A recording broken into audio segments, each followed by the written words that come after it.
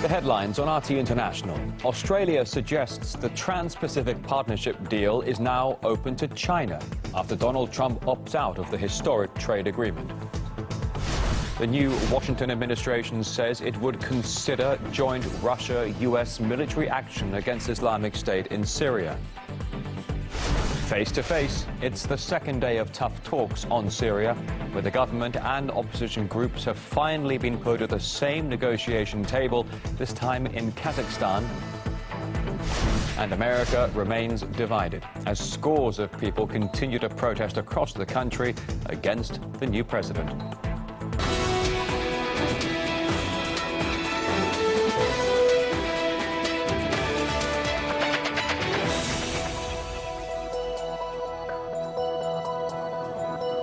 Thanks for joining us here on RT International. We have your latest worldwide news. Australia is hoping to salvage the Trans-Pasifik Partnership deal following Donald Trump's decision to walk away. The country's government claims China could now fill the void. And killing off the massive 12-nation trade deal was one of Trump's first major acts since being sworn in. We've been talking about this for a long time. Thank you.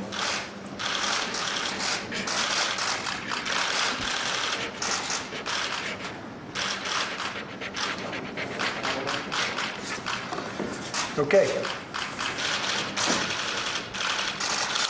Great thing for the American worker, what we just did. The Trans-Pacific Partnership, or TPP, was a free trade agreement between the U.S. and 11 Pacific countries. It was expected to cover 800 million people and encompass 40% of the global economy. Though originally China was not even invited to the project, with many experts and analysts seeing that as an attempt to contain the nation's influence in its own region. Now, throughout almost 8 years of negotiations, there's been huge public resistance to the deal. Several countries involved in the talks have seen massive anti-TPP protests. People had been taking to the streets claiming the deal would mean an inflow of foreign companies and therefore job losses. They also believe TPP would only benefit big corporations. And a huge veil of secrecy around the agreement also fueled discontent. While some activists argued TPP would also harm the environment. Well, from the very beginning of his election campaign, Donald Trump promised to throw the deal on the scrap heap. TPP, which is a disaster, by the way, we'll never approve it. TPP, Trans-Pacific Partnership. One bad deal after another.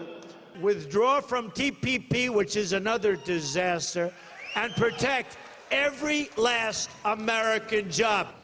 However, not everyone shares that view, even within Trump's own party. For example, Republican Senator John McCain slammed the new president's decision, calling it a serious mistake and warning of a negative impact on the U.S. economy. But there was support coming from the opposite camp, former Democratic presidential hopeful Bernie Sanders. I am glad the Trans-Pacific Partnership is dead and gone. The Congress and the President can work together to develop a new trade policy that helps working families, not just the multinational corporations. RT America host Ed Schultz believes scrapping TPP is a way for Trump to show that he's a man of his word. This goes against the millions upon millions of dollars that was spent by Wall Street lobbyists to try to get this deal through the Congress, and they couldn't get it done.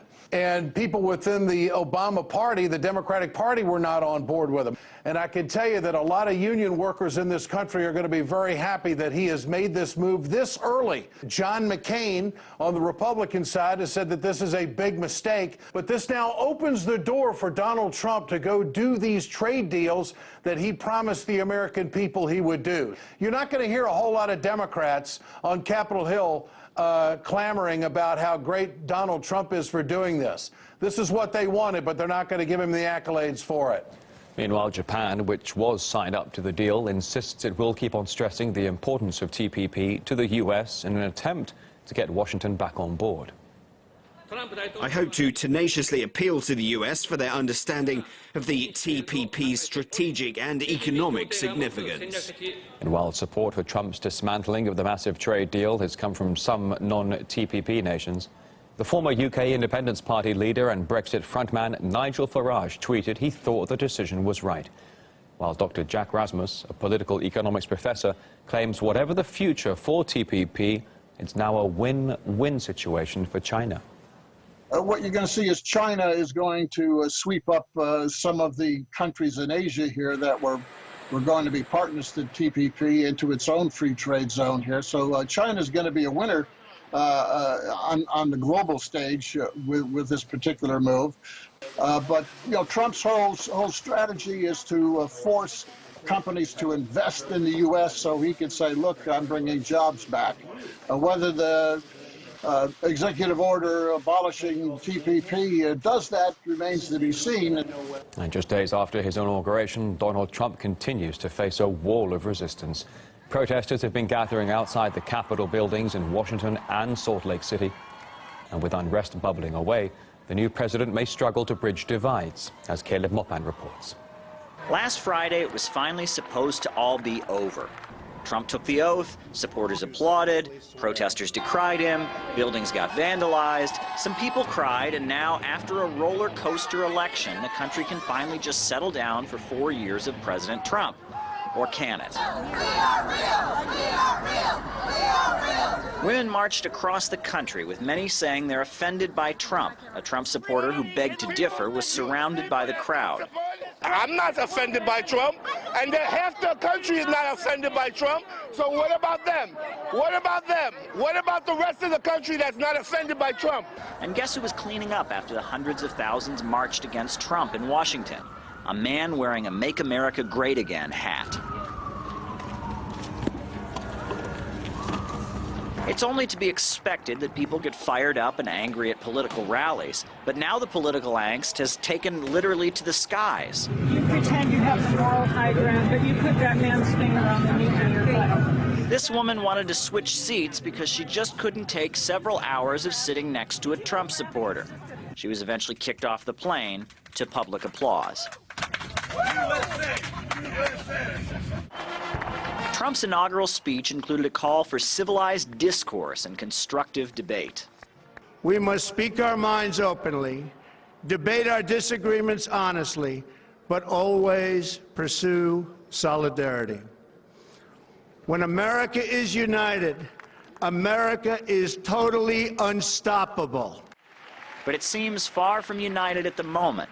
Now the question is, what exactly will Trump be able to accomplish in this atmosphere of anger and division? Caleb Mopan, RT. We discussed the situation with people from both sides of the divide in America. The people are taking the streets to protect their rights and to advance the causes. There are norms in our society. There are norms in a democracy. This is not an autocracy. He's not the ruler and king. The people that we saw marching the other day, the people in New York City, the people in Los Angeles, they represent those who live off the rest of us. We need to separate that, let them live off themselves, let us live off ourselves. They just should go their own way. The rest of us should ignore them to the extent we can. Of course, if they're violent, there has to be a defensive reaction. There is a lot of things that we can agree on, and these are the things that the president should be looking for. He should be looking for ways to make us unite, not divide us as a country. I think it's excellent that we have the split. I think it's showing everybody that all the notion about, one nation and so forth is just nonsense. This is not one nation, it's multiple nations. The Electoral College should be trashed. There should be a popular vote. There shouldn't be red and blue. We should be a United States. There were cases in this country where lots of illegal immigrants voted. And I think some of these people were voting multiple times, too. So did Trump actually lose the popular vote of the American people? I must say I don't think so. The CIA has released online the largest collection of declassified records after yielding to pressure from activists. It means decades of U.S. intelligence files are now accessible to the general public. The agency created a searchable database of more than 12 million pages of declassified files dating from the 1940s to the 1990s. Now, they were already available to the public, but very difficult to access, requiring you to get inside a federal building with only 4 computers. The files were published online after a lawsuit from activists. The files reveal information about Nazi war crimes all the way to attempts to assassinate Fidel Castro, among others.